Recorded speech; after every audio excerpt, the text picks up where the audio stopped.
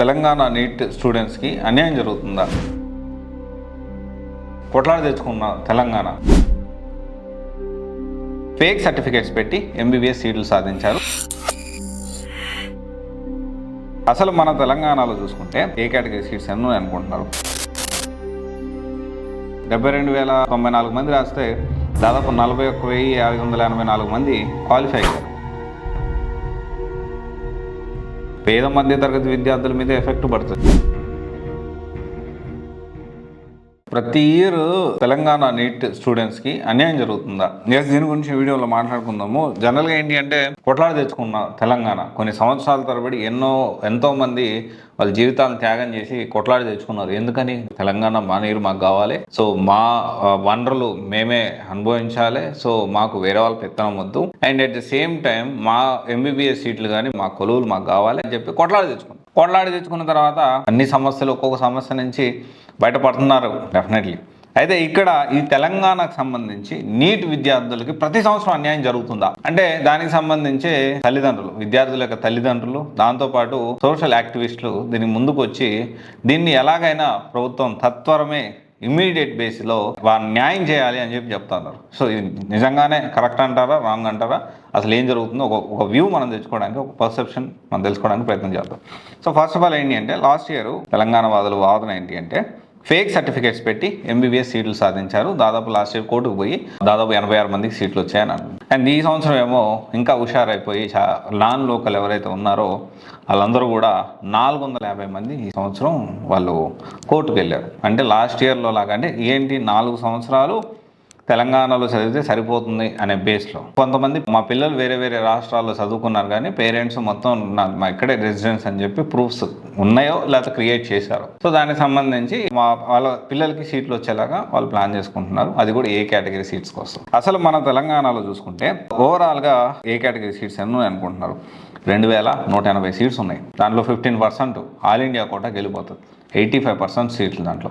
15% అంటే 1000కి 150 అనుకుంటే 2,000కి 300, దాదాపు ఒక 300 సీట్లు ఆల్ ఇండియా కోటకి వెళ్ళిపోతుంది. అంటే దాదాపు ఒక 1,700 నుంచి 1,800 అప్రాక్సిమేట్లీ సీట్లు ఉన్నాయి. ఆ సీట్లలో 450 మంది సంవత్సరం కోర్టుకు వెళ్తే ఎంతమందికి సీట్లు వస్తాయి తెలియదు. కానీ అంటే ఎంతమంది విద్యార్థుల భవిష్యత్తు, ఎన్ని సీట్లు ఉన్నాయి?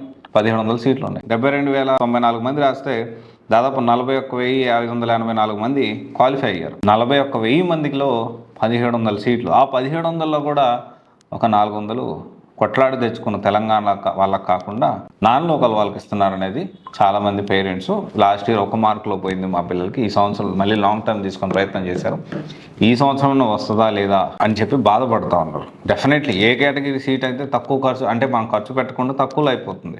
పేద మధ్య తరగతి విద్యార్థుల మీద ఎఫెక్ట్ పడుతుంది. ఎందుకంటే కొద్దిగా డబ్బు ఉన్న వాళ్ళైనా కానీ బి కేటగిరీ సీట్ తీసుకోగలుగుతారు.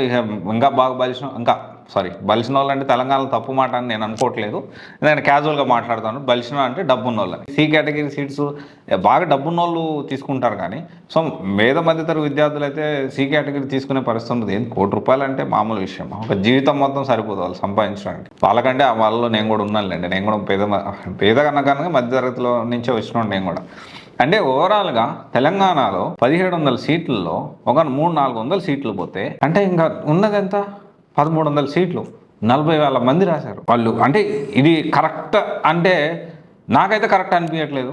సో నా పాయింట్ ఆఫ్ వ్యూలో నాకు అనిపిస్తూ ఉంది తెలంగాణ వాళ్ళకి అన్యాయం జరుగుతుంది, అది ఒప్పుకోవాలి అని నాకు అనిపిస్తుంది. నా పర్సనల్ ఒపీనియన్. ఖచ్చితంగా దీన్ని గవర్నమెంట్ సీరియస్గా తీసుకొని దీన్ని ఏం చేయాలో, ఎలా చేయాలో అలా చేస్తే ఖచ్చితంగా దానికి తగ్గట్టు మంచి ప్రికాషన్స్ తీసుకొని 1st to 10th ఎల్కేజీ నుంచి 10th వరకు ఇక్కడ చదివిన పిల్లలకి నీట్ అంటే క్వాలిఫైయింగ్ చేసిన వాళ్ళకి మెడికల్ సీట్స్ వాళ్ళకి అంటే కాలేజెస్ వనరులు అన్నీ ఇక్కడ తెలంగాణ వాళ్ళే కదా.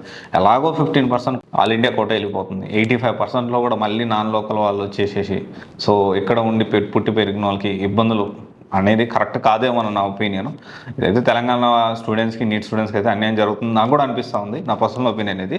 బట్ ఇది గవర్నమెంట్ దీన్ని ఖచ్చితంగా గౌరవ ముఖ్యమంత్రి రేవంత్ రెడ్డి గారు ఖచ్చితంగా దీని మీద ఫోకస్ చేసి మీరు ఖచ్చితంగా దీనికి మంచి సొల్యూషన్ ఇవ్వగలుగుతారని నేను కూడా అనుకుంటా ఉన్నాను. ఒకసారి ఇది ఆలోచించండి. సో ఇంకొక విషయం ఏంటి అంటే తెలంగాణలో నీట్ స్టూడెంట్స్ ఎవరైతే ఉన్నారో మీరందరూ కూడా ఎప్పుడూ కూడా తెలంగాణలో సీట్ రావాలని కాకుండా సో తెలంగాణలో కూడా కాంపిటీషన్ తక్కువేం లేదు, ఈ విధంగా నాన్ లోకల్ వాళ్ళు కూడా వచ్చి ఇక్కడ కాంపిటీషన్ పెరుగుతూ ఉన్నప్పుడు ఇక్కడ ఏంటి అంటే కొత్తగా మెడికల్ కాలేజెస్ అనేవి స్టార్ట్ అవుతూ ఉంటాయి. చాలా మంది ఏంటి అంటే వాటి గురించి ఫోకస్ చేయరు, వేరే స్టేట్స్ గురించి అంటే ఆల్ ఇండియా కోటా గురించి చాలా తక్కువ ఆలోచిస్తూ ఉంటారు. కొన్ని కాలేజెస్లో చాలా కట్ ఆఫ్ తక్కువ ఉంటుంది. ఎగ్జాంపుల్ ఈ సంవత్సరం జిప్మర్ చాలా కాలేజెస్ ఉన్నాయి. పాండిచేరి అయితే ఖచ్చితంగా కట్ ఆఫ్ ఎక్కువ ఉంటుంది, ఎందుకంటే ఎప్పటి నుంచి ఉంది కాలేజ్.